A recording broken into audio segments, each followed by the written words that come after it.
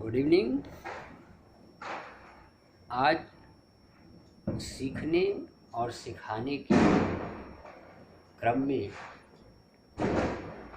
हम लोग BEd second year के लिए उपलब्धि हम दिव्यांग बच्चों को जो टीच करते हैं उसका रिजल्ट, उसके परिणाम को जानने के लिए मापन, मूल्यांकन और उपलब्धि की चर्चा होती है। आज सिर्फ हम लोग अचीवमेंट की बात करेंगे। अचीवमेंट क्या है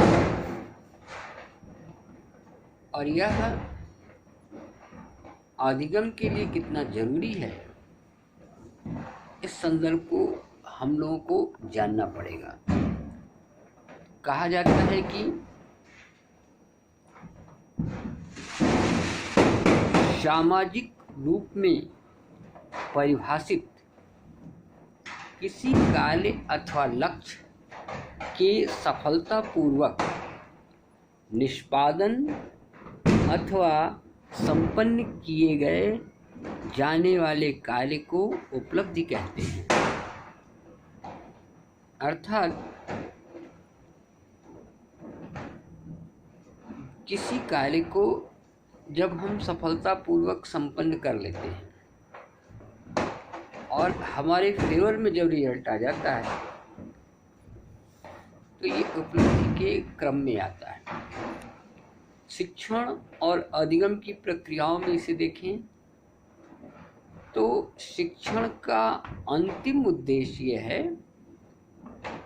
कि विद्यार्थी सीख जाए और सीख जाने की दशा में जो उसकी अंतरात्मा की आवाज़ से निकले कि हाँ मैं अब सीख गया, yes I can do it, ये एक अध्यापक की उपलब्धि है। कि अध्यापक ने पूरी ईमानदारी से सब्जेक्ट मैटर को विद्यार्थी के सामने रखा, अभ्यास की प्रक्रियाओं में जाकर रखा, निरीक्षण, परीक्षण, वर्गीकरण, सामान्यीकरण, विशेषीकरण की दशाओं में जाकर रखा। इसलिए यह उपलब्धि सामने आई कि yes I can do it, मैं यह कर सकता हूँ, मैं यह सीख गया। ये उपलब्धि की एक स्थिति है आपके स्वयं के सेटिस्फेक्शन के लिए और विद्यार्थी के सेटिस्फेक्शन के लिए।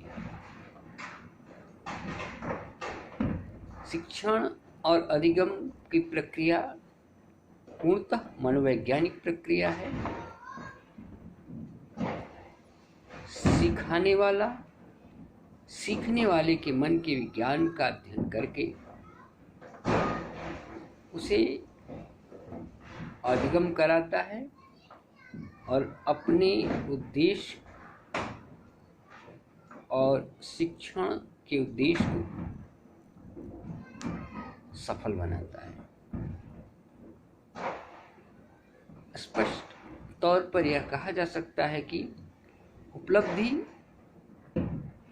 परिणाम का रूप है और इसी के लिए प्रयास सतत होता रहता है। व्यापक है, सीखने और सिखाने की प्रक्रियाओं में ये चीजें निहित रहती हैं जिसे कभी भी नज़रअंदाज नहीं किया जा सकता। रिजल्ट तक जाने के लिए, रिजल्ट को पहचानने के लिए, रिजल्ट को प्रयोग सिद्ध करने के लिए हमें उपलब्धि की दशाओं को जानना पड़ेगा, उपलब्धि की दशाओं को बनाना पड़ेगा। Okay, have a good day. Thank you.